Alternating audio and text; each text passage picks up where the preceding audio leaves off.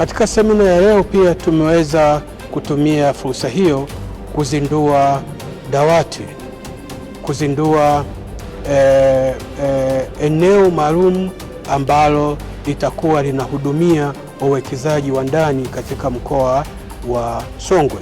Lakini dawati hili haitakuwa tu kwa ajili ya wawekezaji wa ndani, hata mwekezaji wa nje atakayehitaji kupata huduma na ushauri kupitia dawati hilo, kupitia ofisi hiyo, anaweza pia akatumia nafasi hiyo.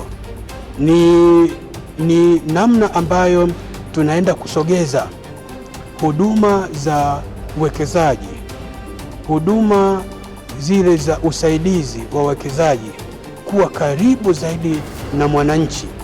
Nitoe rai kwamba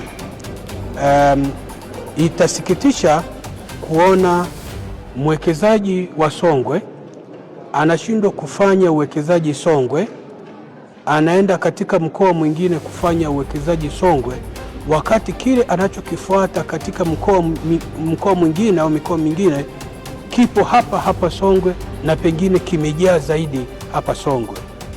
Ni vema wawekezaji wa Songwe wakatumia rasilimali, fursa, malighafi zilizopo katika mkoa huu kuweka uwekezaji, kufanya uwekezaji wa jumla au katika maeneo maalum yaliyotengwa, maeneo maalum ya kiuchumi yaliyotengwa katika mkoa huu. TISEZA wana wajibu wa kipekee.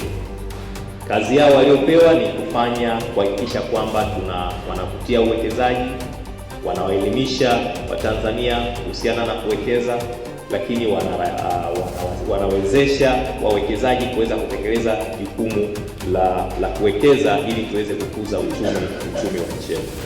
Sasa katika kutekeleza hilo, ndio maana leo hii sisi wananchi wa mkoa wa Songwe tumefikiwa. Lengo lao hasa ni kuweza kubadili fikra na mtazamo kwa Watanzania kwamba uwekezaji ni mahususi kwa raia wa kigeni na sio kwa Watanzania, kwa kutoa elimu ya uwekezaji.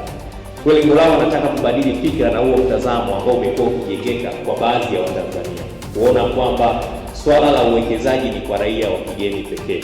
Swala hili la uwekezaji hasa kwa uwekezaji wa ndani ni swala la msingi sana katika nchi yetu ya Tanzania. Katika mkoa wetu tuna watu wenye uwezo wa ngazi za juu, za kati na za chini. Mimi niwaombe watu wenye ngazi zote wenye uwezo wa kuwekeza waje waanze katika mkoa wetu, tukianzia na wazawa wa mkoa wa Songwe.